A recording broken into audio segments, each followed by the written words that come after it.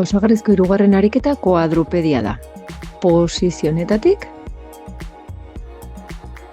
behatzak finkatuta, jarreraren kontrol gehiago izateko, hankak aldakin pare irekita, eskuak sorbalden azpian jarri. Hemendik, bizkarra egonkor mantenduz, hanka bat eta kontrako besoa luzatuko dugu. Atzeko pareta eta aurrekoa ukituko bagenitu bezala. Eta bueltatu. Berdina eginen dugu kontrako hanka eta besoarekin. Bizkarra egonkor egotea. Modu honetan egin dezakegu. Baina arnasketa erabiltzen badugu, lan intentsagoa eta konpentsatzaileagoa eginen dugu. Gure zonalde abdomino pelbikorako.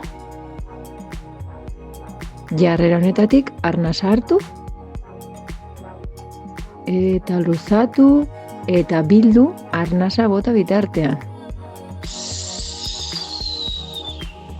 Hartu arnasa.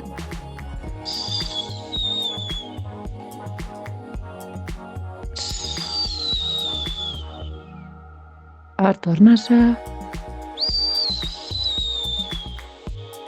Hartu arnasa.